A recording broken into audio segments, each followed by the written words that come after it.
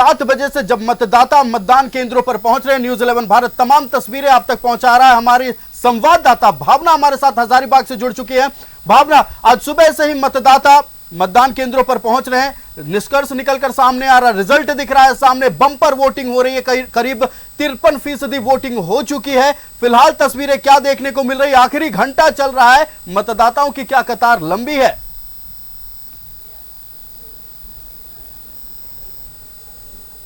देखिए, मैं आपको बता दूं, सिर्फ मात्र 30 मिनट यानी कि वो आधा घंटा रह गया है जो प्रतिद्वंदी और प्रतिनिधि जिसको कहा जाता है कि जब ग्राउंड पे हम बात करें तो उनकी किस्मत का फैसला यही जनता कर रही है। आप सब लोग वोट देकर आए, फटाफट एक बार अपनी उंगली दिखा दीजिए। आप लोगों ने अपने मत का प्रयोग किया है। लोकतंत्र के महापर्व में सभी लोग शामिल हो चुके हैं। आधी आबादी से मेरा सबसे पहला सवाल, वोट का प्रयोग कितना जरूरी? वोट का प्रयोग तो बहुत ही जरूरी है, क्योंकि इसी पर पूरा विकास टिका हुआ है।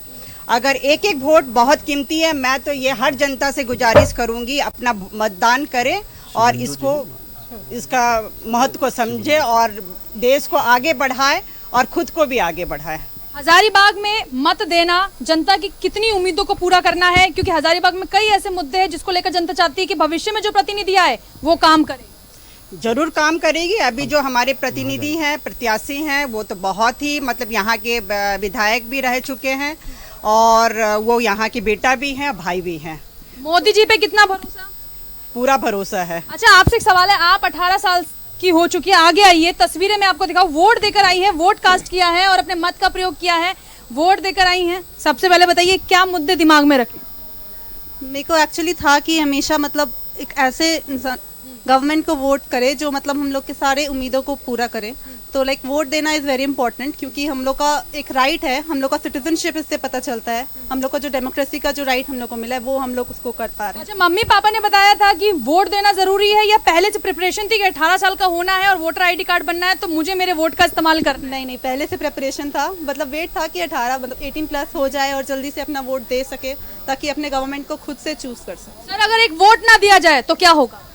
वोट नहीं देंगे तो सरकार गिर जाएगी। अपना वोट का मत को आदमी को समझना चाहिए। एक वोट की कीमत क्या है? बहुत है, इसका तो अंदाजा ही नहीं लगा सकता है। ये तो इतना प्रीसियस है कि हर आदमी को इस बात को समझना चाहिए कि एक वोट से पूरा देश बदल सकता है। एक वोट क्या कर सकता है? एक वोट के चलते तो देखिए, हमारी बेटी जॉब करती है, CS है, वो आज वोट देने के लिए पर्सनली रांची से हजारीबाग आई है और अपने वोट भी वो कास्टिंग की, हमने भी किया है। और हमारे जो प्रतिनिधि हैं, ये जो वोट है, ये वोट किस बात का भरोसा है? ये हमारे देश को आगे लेके जाए, ये मोदी जी पे हम लोगों को पूरा भरोसा है। एक वोट की कीमत क्या है? एक वोट की कीमत यह है कि एक वोट के चलते एक बार अटल बिहारी वाजपेयी की सरकार गिर गई थी। एक वोट क्या कर सकता है? एक वोट एक अच्छी सरकार को चुन सकता है। जो अभी सरकार चल रही है एक बहुत ही अच्छी सरकार है। एक वोट विकास के लिए कितना जरूरी है? बहुत जरूरी, क्योंकि एक एक वोट पे डिपेंड करता है कि कौन से गवर्नमेंट को हम लोग चूज। एक वोट शिक्षा को बढ़ावा दे सकता है? जरूर, बूंद बूंद से सागर बढ़ता है। एक वोट क्या रोजगार दिला सकता है? एकदम दिला सकता है। एक वोट हेल्थ और सुविधाएं दे सकता है? जरूर। देखिए, मात्र वो एक वोट जो यहाँ की पब्लिक देकर आई है, जो यहाँ की आधी आबादी देकर आई है, जो यहाँ के पुरुष मतदाता देकर आए हैं, जो यहाँ के बच्चे से लेकर जिनकी उम्र 18 साल की हो चुकी है, जो अपने परिवार के साथ पहुंचे हुए हैं, वो देकर आए हैं। एक वोट की कीमत ये है कि वो रोजगार दे सकता है। एक वोट की कीमत वो है कि वो शिक्षा दे सकता है। एक वोट की कीमत वो है जो तख्ता पलट कर सकता है। एक वोट की कीमत वो है जो आपके क्षेत्र का विकास कर सकता है। वो एक वोट की कीमत वो है जो आपके पसंदीदा प्रतिनिधि को पार्लियामेंट यानी कि देश की राजधानी दिल्ली पहुंचा सकता है, संसद पहुंचा सकता है, जहां वो आपके लिए बड़े से बड़े मुद्दे उठाकर आपके हित की बात कर सकते हैं। ये वो एक वोट की कीमत है जिसको देने के लिए अब मात्र रह गया है आधे घंटे का वक्त, क्योंकि फिर जनता को करना पड़ेगा उस 5 साल का इंतजार। और कहीं वैतरणी से पार होने के लिए वो 5 साल का इंतजार जनता को भारी ना पड़ जाए, इसीलिए जो लोग अभी हमारा कार्यक्रम देख रहे हैं, हजारीबाग में मौजूद, हमारा निवेदन है कि आइए अपने मत का प्रयोग कीजिए, क्योंकि यहाँ पर प्रशासनिक व्यक्तियों से लेकर मतदान कर्मी से लेकर आधे घंटे बचे हुए हैं। वोट का प्रयोग कीजिए। और जिस तरीके से आपने बेहद बेहतरीन तरीके से ये समझाया हमारे दर्शकों को कि एक वोट की चोट लग सकती है या एक वोट का अधिकार और एक वोट का परिणाम क्या कुछ बदलेगा, ये हमें देखने वाली बात है। भावना आप बने रहिए। देखिए हमारे साथ राजेश जुड़ चुके हैं। राजेश देखिए बेहतरीन तरीके से भावना बता रही थी कि एक वोट का भविष्य क्या हो सकता है और एक वोट जो है क्या परिणाम बदल सकता है। और साथ ही साथ आप जहां पर मौजूद हैं राजेश, वहां बूथ की स्थिति भी बताइए। आधे घंटे अंतिम बचे हुए हैं, अब तक का वोट प्रतिशत वहां पर कैसा रहा और मतदाताओं में क्या कुछ उत्साह, किन मुद्दों पर उन्होंने वोट किया, आपसे उन्होंने बात की है राजेश। देखिए मैं बरही में हूँ, हजारीबाग लोकसभा क्षेत्र के बरही में, ये राजकीय मध्य विद्यालय बरही में इस परिसर में 2 मतदान केंद्र हैं और मतदान की प्रक्रिया चल रही है। आधे घंटे का समय और है, लेकिन मतदाताओं की संख्या लगभग नगण्य है। यहाँ पर इक्का दुक्का जो बचे खुचे हैं वो यहाँ पहुँच रहे हैं और मतदान कर्मी हैं, BLO हैं, सभी लोग तो हैं यहाँ पे। ये देखिए हम जो रूम है यहाँ पर पोलिंग जहाँ कराई जा रही है वहाँ की स्थिति हम भी दिखाना चाहेंगे। थोड़ा सा इस पर निर्वाचन आयोग को ध्यान देना चाहिए। देखिए अंधेरे में सभी लोग बैठे हुए हैं, बिजली, जबकि ये बरही का एकदम टाउनशिप एरिया कहे वहाँ है और अंधेरे में लोग टॉर्च जला के, मोबाइल से फ्लैश लाइट जला के लोग कर रहे हैं। जिस प्रकार से ये व्यवस्था है यहाँ पर बिजली रहनी चाहिए, जबकि ये वेबकास्टिंग हो रही है। कि अगर बिजली नहीं है तो भी लोग मोबाइल की टॉर्च जलाकर अपने मत का प्रयोग कर रहे हैं राजेश। वोट पर इसका कोई असर नहीं पड़ा है, इस पर वोट का असर नहीं पड़ा है। जो वोट डालने के लिए यहाँ आए हैं उन्होंने मतदान किया है, बखूबी किया है और यहाँ पर लगभग 62-63% वोट पड़ चुके हैं। अब कुछ समय में 2-4 लोग आ जाएंगे, तो देखिए उधर दिखाइए, हम दिखाना चाहेंगे। कुछ लोग लास्ट मोमेंट में आ रहे हैं। ये देखिए बरही में मतदान केंद्र पर आप लोग अभी आ रहे हैं, थोड़ा काम सर हैं, वोट डालने के लिए लास्ट मोमेंट पे आ रहे हैं, बाहर से लेके आ रहे हैं लोग। वोट दिलाने के लिए बाहर से लेके आ रहे हैं, 150 किलोमीटर का है। चलिए देखिए आप, एक वोट कितना महत्वपूर्ण होता है। तमाड़ से लेकर आ रहे हैं। देखिए एक उदाहरण है, हम उनसे भी बात करेंगे अभी जो निकलेंगे। तो अभी पहले चूंकि समय सीमित है इसलिए यहाँ पर वोटिंग का टाइम अप हो रहा है। ऐसे में जो भी मतदाता वापस लौटेंगे आपके पास। भावना आपके पास भी वापस लौटेंगे। फिलहाल के लिए आप दोनों का बहुत बहुत धन्यवाद हमारे साथ जुड़ने के लिए। आयुष देखिए लोकतंत्र की खूबसूरती राजेश ने दिखाई है। आपने देखा कि कमरे में अंधेरा है, इसके बावजूद भी लोग टॉर्च जलाकर वहां पर पहुंच रहे और अंतिम में आपने उस वोटर को भी सुना जो 150 किलोमीटर से दूर आया है और वोट का अपना इस्तेमाल कर रहा है। आयुष बिल्कुल, देखिए सबसे जरूरी काम है आज के दिन मतदान करना, क्योंकि ये आने वाले 5 सालों के लिए आपका भविष्य तय करेगा और 150 किलोमीटर से आकर वोट डालना पूरी तरह से बता रहा है कि चुनाव आयोग ने किस तरह से काम किया है और कितनी जागरूकता मतदाताओं के अंदर आ चुकी है। अब आखिरी घंटा बचा हुआ, आखिरी आधा घंटा बचा हुआ है। जब चुनाव संपन्न हो जाएगा आखिरी डेटा हम आप तक पहुंचाएंगे, लेकिन फिलहाल हम अपने पैनल से एक बार फिर इंट्रोड्यूस करा दें। हमारे साथ एक नए मेहमान हमारे साथ जुड़ चुके हैं, शिवेंदु सेन, जो कि माले से हैं। उनका बहुत स्वागत है न्यूज़ 11 भारत में। सबसे पहला सवाल आपसे करेंगे, एक वक्त था शिवेंदु जी की कोडरमा की चमक से पूरा झारखंड चमकता था, अब्रक नगरी है कोडरमा, और इस बार लोकसभा चुनाव में अन्नपूर्णा देवी बीजेपी से, उनके सामने से आपकी पार्टी से विनोद सिंह चुनावी मैदान में है। वोटिंग ठीक ठाक चल रही है, यूं कहें बंपर चल रही है। क्या लग रहा है, इस बंपर वोटिंग का फायदा आपको मिलता नजर आएगा? फायदा ही नहीं, मैं तो हमारे पास जो रिपोर्ट है, मेरे पास जो विश्लेषण है, उसके आधार पर मैं अभी ये कह दे सकता हूँ कि लैंडस्लाइड विक्ट्री होगा विनोद जी के लिए, हमारी पार्टी के लिए और इंडिया गठबंधन के लिए। इसमें कोई दो राय नहीं है। ये जो भी परसेंटेज ऑफ पोलिंग भी अच्छा है और हम समझते हैं कि इस बार कुल मिला के हमने एक चुनाव की जो अभियान है इसको हम लोगों ने एक जन आंदोलन का स्वरूप दे दिया था और इसी का फायदा जो है, इसी का लाभ जो है हमारी पार्टी को, हमारे पार्टी के प्रत्याशी को मिलने वाला है। जी बिल्कुल, देखिए फायदा मिलने वाला है, लेकिन एक अहम सवाल करेंगे। कोडरमा इस वक्त परेशान है पलायन से, और जब माइका की इंडस्ट्री पूरी तरह से चल रही थी, पूरे चरम पर थी, तमाम यूनियन में आपकी पैठ हुआ करती थी, यानी आपकी पार्टी की पैठ हुआ करती थी, फिर भी पलायन होता चला गया। इस पर क्या कहिएगा? यूनियन में पकड़ होने से तो भाई पलायन रुकता नहीं है। कुल मिला के सरकार पर जब तक न पकड़ होगा तब तक, ये नीतियां जब तक न बदलेंगी तब तक पलायन रोका नहीं जा सकता। ये बात सच है कि गिरिडीह डिस्ट्रिक्ट जो है, कोडरमा भी साथ में, ये झारखंड में सबसे ज़्यादा पलायन मजदूरों का, जो प्रवासी मजदूर जिसको हम लोग कहते हैं, ये भारत के अलग अलग राज्यों में वो सबसे ज़्यादा संख्या में इन्हीं जिलों से दिखाई पड़ते हैं। तो ये प्रॉब्लम तो हल करना होगा। इसको करने के लिए हम लोग इसी बीच में जो माइका मजदूर है अभी जो ऑलरेडी जो बचे हुए हैं, जिसको ढिबरा मजदूर कहा जाता है वहाँ के भाषा में, तो उनको संगठित करने का पुरजोर कोशिश कर रहे हैं। और आपको मैं बता दूं कि जिस समय विधायक के रूप में भी विनोद जी जो है, ये सबसे ज़्यादा चर्चित जिस बात के लिए रहा वो है कि ये झारखंड के जो भी माइग्रेटेड वर्कर्स है, जो उनके पक्ष में, उनके रक्षा के लिए, उनकी सुरक्षा के लिए, उनके लाभ के लिए उन्होंने हमेशा आवाज बुलंद करते रहा। जी बिल्कुल, और उसी का परिणाम था कि उत्कृष्ट विधायक के सम्मान से उन्हें सम्मानित किया गया। हम आजसू से इसका जवाब लेंगे। देखिए 10 सालों से आप इस वक्त एनडीए का हिस्सा है, 10 सालों से एनडीए की सरकार है। विपक्ष का कहना है कि पिछले 10 सालों में रिकॉर्ड बेरोजगारी आई है। झारखंड बिहार की बात कर ले, खास करके झारखंड की बात कर ले, युवा जो है वो पलायन करने को मजबूर हुआ है, दूसरे राज्यों में जा रहा है। और हमने देखा कि पलायन की वजह से कितनी परेशानी झारखंड की जनता को झेलनी पड़ी है।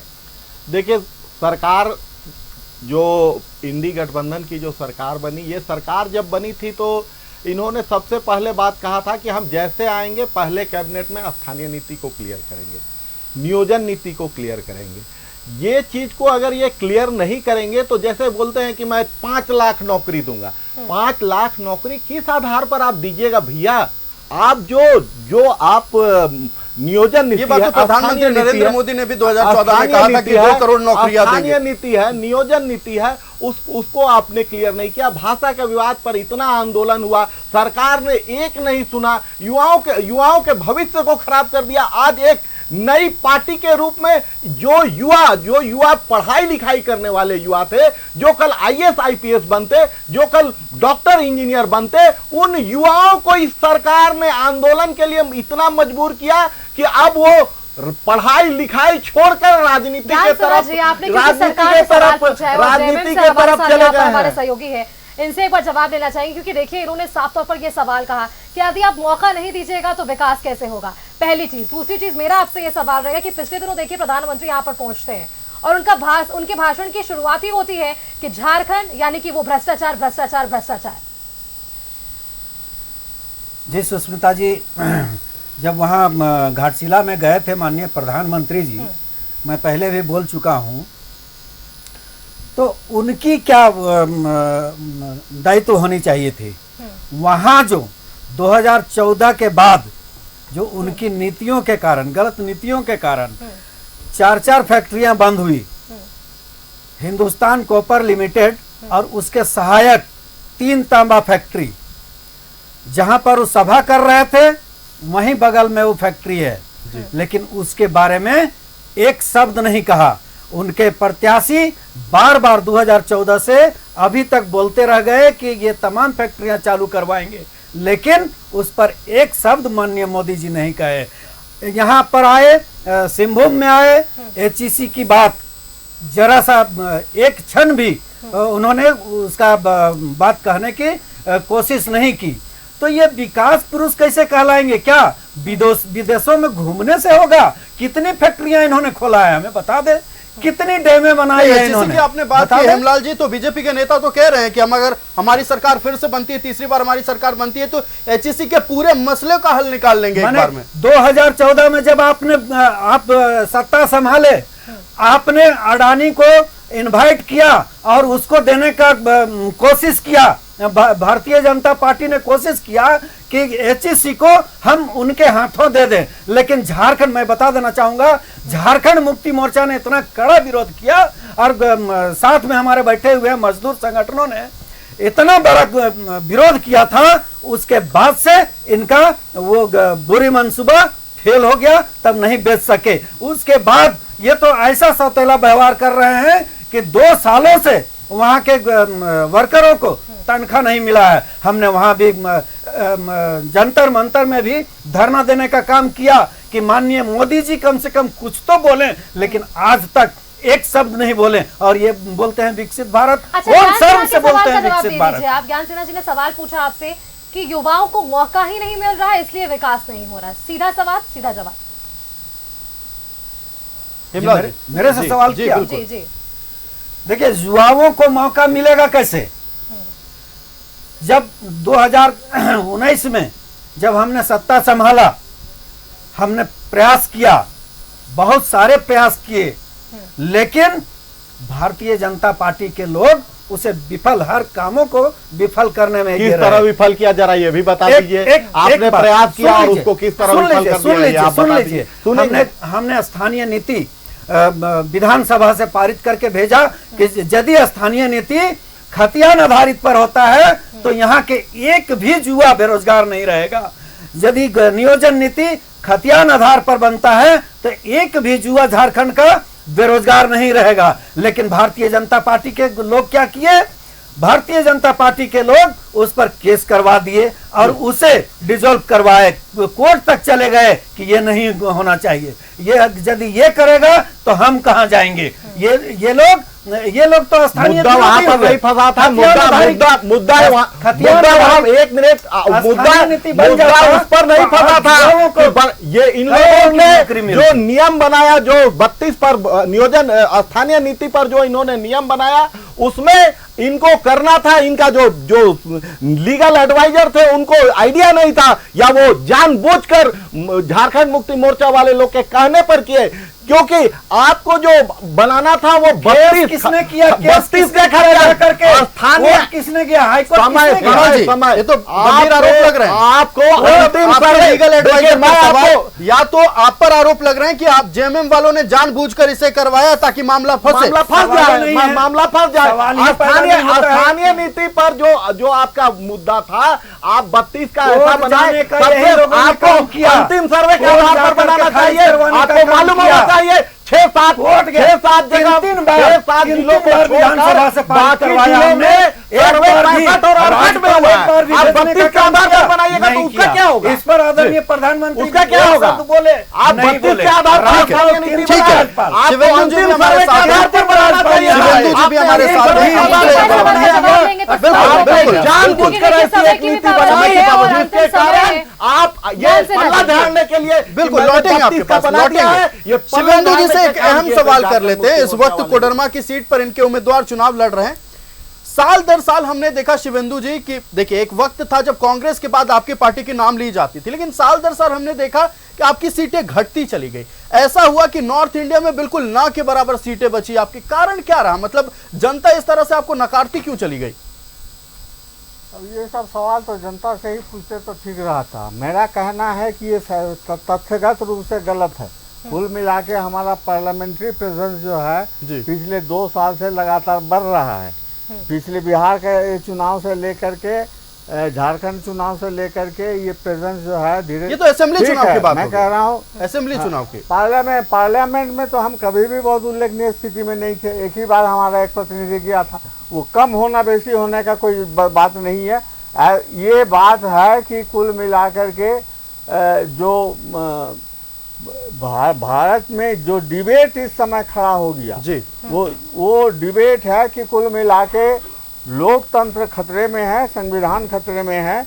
और कुल मिला के इस डिबेट में हम लोगों ने एक सशक्त हस्तक्षेप किया और इसका नतीजा हुआ कि पार्लियामेंट में भी हमारा उपस्थिति जो है, हमारे प्रति लोगों की आशाएं आकांक्षाएं जो है वो धीरे धीरे लगातार बढ़ रहा है।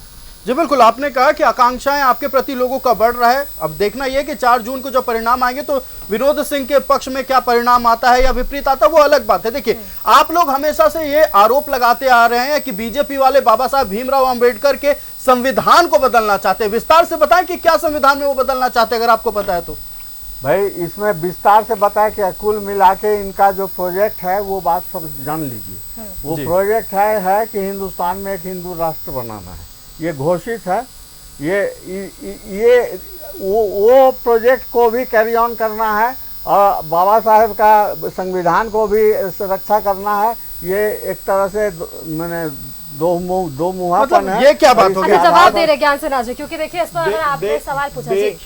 देखिए संविधान को बदल देंगे, संविधान में चेंज लाएंगे, संविधान लेकर लोग घूम रहे हैं। संविधान में किसी भी तरह का बदलाव आने नहीं जा रहा है, बदलाव नहीं आने जा रहा है। बाबा साहब भीमराव अंबेडकर के हम लोग भी अनुयायी हैं, उनके द्वारा बनाए गए सारे नीतियों और सारे सिद्धांतों को मानने वाले लोग हैं हम लोग। और कोई किसी भी तरह का ये भ्रम की स्थिति फैलाई जा रही है जनता के बीच में कि संविधान बदल दे दिया जाएगा। क्यों फैलाई जा रही ये हार का डर है, हार का डर है, एक भ्रम की स्थिति फैलाई जा रही है। हार का डर आपको भी है, शायद यही कारण है कि तमाम आपके जो स्टार प्रचारक है वो लगातार झारखंड दौरे पर है। देखिए स्टार प्रचारकों का मोदी जी को बिल्कुल मोदी को लोग देखना चाहते हैं, मोदी जी को झारखंड की जनता सुनना चाहती है, बार बार सुनना चाहती है मोदी जी को, अमित शाह जी को बार बार सुनना चाहती है। अपने बातें रखिए, ये जनता के कहा कि मोदी जी कर अमित शाह जी का क्यों डर रही है, विपक्ष डर रही है? नहीं, जवाब हम ले लेते हैं शिवेंदु जी से। शिवेंदु जी आप क्या कह रहे थे इस पे? हम कह रहे हैं कि ये एक पिछले 10 साल का जो रिकॉर्ड है, उस रिकॉर्ड में ये बात पता चलता है कि मोदी जी के शासनकाल में केंद्र सरकार के द्वारा किसी न किसी बहाने में इलेक्टेड जो स्टेट गवर्नमेंट है इसको टॉपल किया जाता रहा, इसको उलट दिया जाता रहा, इसमें तोड़ फोड़ किया जाता रहा, इसमें खरीद फरोख्त किया जाता रहा। जो भी तरीका अपनाए, हम कह रहे हैं ये फेडरलिज्म को कमजोर कर रहा है। और फेडरलिज्म हमारे संविधान का एक मूल आधार है। अगर संघीय ढांचा, संघीय प्रणाली अगर कमजोर हो जाएगा तो हमारा देश, हमारा लोकतंत्र, हमारी जो पार्लियामेंट्री सिस्टम है ये खत्म हो जाएगा। तो ये एक नमूना है, एक प्रमाण है। इस तरह से कई प्रमाण हम दे सकते हैं। विपक्ष को जो है विपक्ष के खिलाफ लगातार डिस्क्रिमिनेट किया जा रहा है। सारे के सारे जितना ईडी और सीबीआई और भ्रष्टाचार के आरोप जो है ये लगा सिर्फ विपक्ष के खिलाफ खड़ा किया जा रहा है। तो नहीं है ना कि छापेमारी हो रही है तो पैसों की बरामदगी नहीं हो रही है, या फिर ईडी रिमांड पर नहीं जा रहे हैं, गिरफ्तारियां नहीं हो रही, ये भी तो एक सवाल है शिवेंद्र जी। हम कह रहे हैं वो सवाल के साथ साथ ये भी सवाल है कि छापेमारी हो रहा है सिर्फ एक तरफा में, दूसरे तरफ छापेमारी नहीं हो रहा है। और न ही अगर जिसके खिलाफ में वारंट है, जिस पर ईडी का समन है, वो अगर सरेंडर करके चला जा रहा है बीजेपी के पास में, तो उसके सारे केस खत्म कर दिए जा रहे हैं, उसको जेल नहीं भेजा जा रहा है। हेमलाल महतो जी, आपका भी यही कहना है? हेमलाल महतो जी, हेमलाल जी आप क्या कह रहे हैं?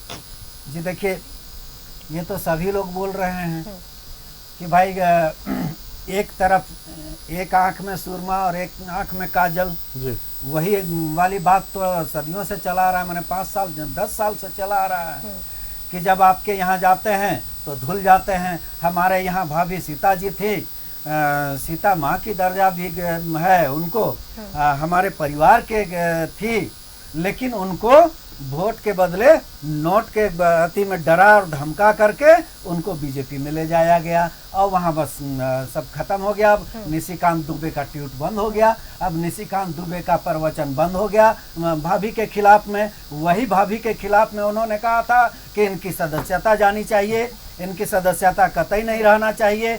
तो अब कहाँ गया? यही लोग तो सब कुछ बोलते हैं, हम कहाँ बोलते हैं? ये लोग बोलते हैं कि संविधान ये लोग बदल देंगे, इंडिया गठबंधन वाले लोग बदल देंगे।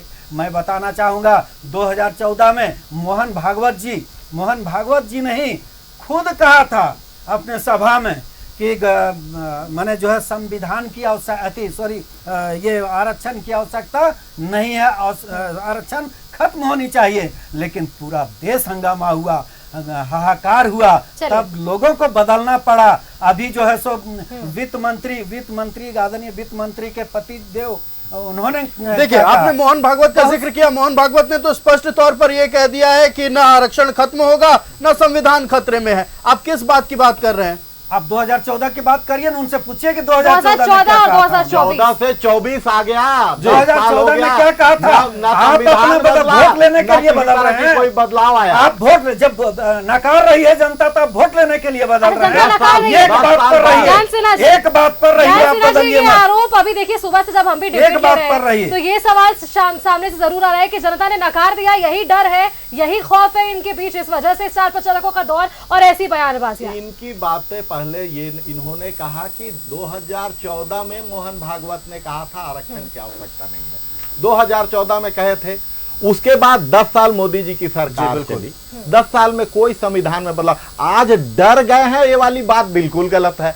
आज संविधान मतलब आप पूरे कॉन्फिडेंस से कह रहे हैं कि 400 पार, 400 पार, बिल्कुल पुलवामा हमला नहीं हुआ है, 400 पार जाएगा, पुलवामा हमला नहीं हुआ है। ये लोग अभी हमारे भगवान राम के नाम पर लड़ रहे हैं, उनकी बातों को भगवान राम उनकी बातों को मैं काट नहीं रहा था, ये उनकी बातों पे बहुत बातें की सीनियर सिटीजन हमारे लीडर बैठे थे, इनकी बातों को मैं बीच में नहीं काटा, मुझे बोलने दिया जाए, मैं इनकी बातों को बीच में नहीं काटा। सीनियर लीडर है, इनका रिस्पेक्ट करना चाहिए। आप लोग ये आरोप लगा रहे हैं कि सीबीआई ईडी डरा रहा है, सीबीआई डरा रहा है। अरे भैया आप लोग को जो स्टेट गवर्नमेंट है उसके पास भी एक जांच एजेंसी है जी है, आप उसका इस्तेमाल कर सकते हैं। देखिए आप लोग क्यों नहीं करते हैं, इसका जवाब दीजिए। एक मिनट। दूसरी बात आप लोग कहते हैं डरा रहा है। अरे भैया जहां ठीक है, एक सवाल का जवाब जवाब दे दिया, जहां डरा रहने वाले का जवाब दे दिया। आप एक बार हेमलाल जी देखिए, हमारे भाई ज्ञान जी ने बहुत ही ज्ञान मेरे को दे दिया, लेकिन मैं एक बात बताना चाहूँगा, ये ईडी और सीबीआई की जो तारीफदारी कर रहे हैं और भारतीय जनता पार्टी की जो तारीफदारी कर रहे हैं, मैं कह देना चाहूँगा कि यही आदरणीय प्रधानमंत्री जी ने एक सभा में कहा था कि अब देश अलायंस की सरकार नहीं चाहती है। और आज मैं बता देना चाहूँगा कि किस तरह से सबों को खत्म करेगी भारतीय जनता पार्टी और आंसू को किस तरह से खत्म करेगी, ये ज्ञान जी अभी नहीं समझ पा रहे हैं। आज सुदेश थोड़ा राजनीतिक अनुभव कमजोर है हमारा, नहीं समझ पा रहे हैं। सुदेश 25 साल की उम्र में विधायक बने थे और उन्होंने पूरे झारखंड प्रदेश में आंसू को फैलाया और दिल्ली तक चंद्र प्रकाश चौधरी जी को पहुंचाया। सुदेश जी को अनुभव की कमी है, आप अनुभव की कमी है। ज्ञान जी को हो सकता है ज्ञान की कमी होगी, सुदेश जी को अनुभव नरेंद्र मोदी जी के साथ कदम मिलाकर चल रहा है। और हम लोग मैंने पहले भी कहा कि वाजपेयी जी ने भारतीय जनता का ये पर्व, लोकतंत्र का ये महापर्व, आप लोगों ने कीमती समय हमें दिया है, आपने महत्वपूर्ण जानकारियां साझा की है और कई विषयों पर हमारे साथ बातचीत की आयुष उन्होंने। जी बिल्कुल। शिवेंदु जी से एक आखिरी जवाब लेना चाहेंगे, विचारधारा की लड़ाई आप लोगों की हमेशा से रही है, एक आखिरी 10 सेकंड में जवाब दे दें। इस इंडिया अलायंस में आप लोगों की विचारधारा एक साथ, एक मंच पर एक साथ दिख रही है एकजुट होकर।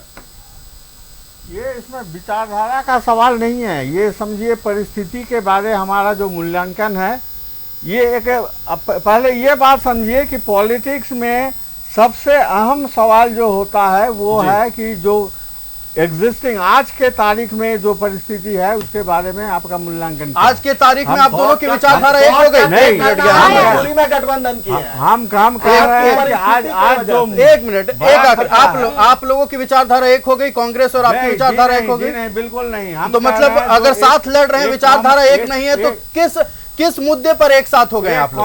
कॉमन खतरे के मजबूरी है मोदी को एक ठीक है, कोई एक कॉमन पॉइंट एजेंडा तो होगा, इस इंडिया अलायंस का एक कॉमन पॉइंट एजेंडा होगा, इस पर जवाब दे दे। हम क्या बोले? इस इंडिया अलायंस का एक कॉमन पॉइंट एजेंडा होगा जहां एक मिलकर एकत्रित होगा ही, मिनिमम कॉमन एजेंडा तो हम लोग देखिए शुरू से इसका डिमांड कर रहे हैं कि अगर कोई भी मोर्चा बने, फ्रंट बने, तो उसका एक कॉमन मिनिमम प्रोग्राम, वो अभी कॉमन मिनिमम प्रोग्राम क्या है? चुनाव का चौथा चरण खत्म हो गया, 5वां चरण लगभग खत्म होने वाला है। हम कह रहे हैं कि ये कॉमन देखिए अगर कॉमन है तो फिर बिहार, बंगाल, झारखंड तीनों स्टेट्स में देखिए ना अलग अलग है। इस बीच में एक हद तक सहमति बन गई है। हम लोग एक पॉइंट बिल्कुल शिवेंदु जी, आपका इस अहम मसले पर और इस चुनावी दौर के बीच अपना वक्त देने के लिए आप तीनों मेहमानों का बहुत बहुत धन्यवाद।